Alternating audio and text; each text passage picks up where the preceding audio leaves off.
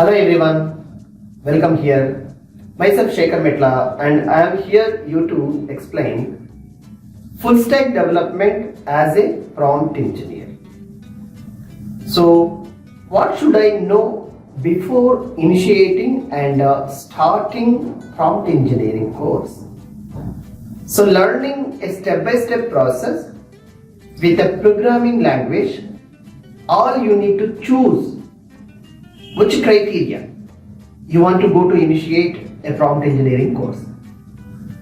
Using chatgpt or OpenAI GPT tools to start learning your career as a great engineering techniques and solutions of finding by training this ChatGPT to getting a great response for your real-time problem-solving techniques, coding challenges, designing techniques, database techniques, and ideology what you are thinking to getting a solution from this ChatGPT to getting an information, how you are going to training this ChatGPT by asking it queries. If you learn and having a fundamentals strongly in programming language and a project architecture ideology, how the project is going to be structured and going to be making a successful project to complete your task quickly.